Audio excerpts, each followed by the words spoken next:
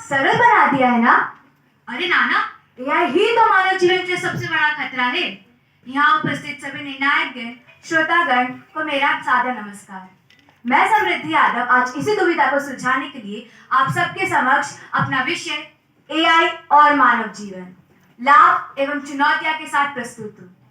जैसे कि आप सभी जानते हैं कि आज दुनिया भर में एआई, आर्टिफिशियल इंटेलिजेंस का काफी नाम हो रहा है। एक तरफ जहाँ कुछ लोग इसे मानव जीवन की सबसे बड़ी उपलब्धि या वरदान मान रहे हैं, तो वहीं दूसरे और कुछ अन्य लोग इसे मानव जीवन के विनाश का एक जरिया बताते हैं। इस विषय पर पिछले कुछ समय से काफी गंभीर विवाद चले, जिसे सुनने और देखने पर हमें एआई के कई फायदे और शायद अनगिनत नुकसानों के बारे में पता लगता है। बात करें फायदे की तो सबसे पहले आती है गलतियां। मनुष्य गलती करता है, एआई नहीं। मनुष्य झूठ बोलता है, एआई नहीं। अगर हम गौर से देखें तो इंसान समय समय पर गलतियां करता और उसे दोहराता भी है, लेकिन एआई ना के बराबर।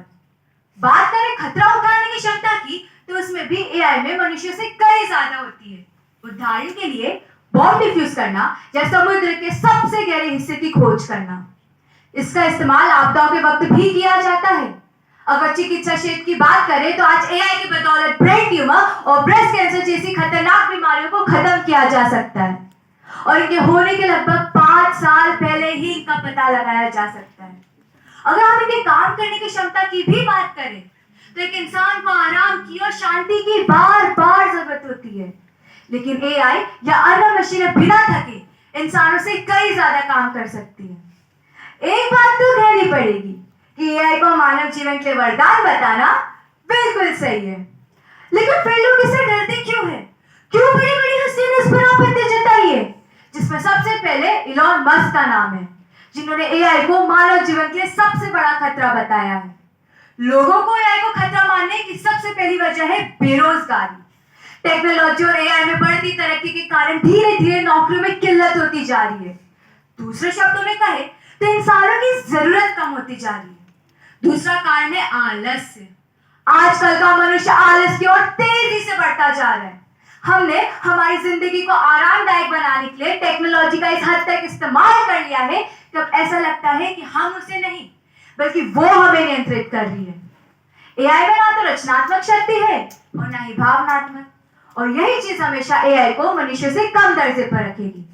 लेकिन अगर हमने इसका सही तरीके से इस्तेमाल नहीं करा तो हमें मानसिक और शारीरिक रोगी बनते ज्यादा देर नहीं लगेगी।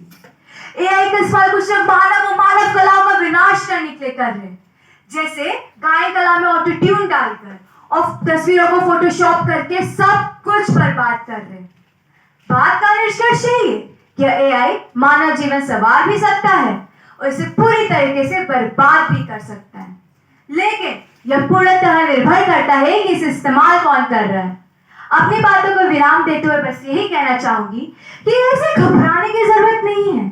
जरूरत है तो बस अच्छी नियत और सही नजरिए की। और एक बात ध्यान में रखिएगा, एआई का निर्माण हमारे द्वारा हुआ है, हम ही उसके निर्माता हैं, और वक्त आने पर या जरूरत पड़ने पर उसे नष्ट करने वाले भी हम ही होंगे। तो एआई को एक सेवक की तरह देखें, संचालक की तरह नहीं। धन्यवाद।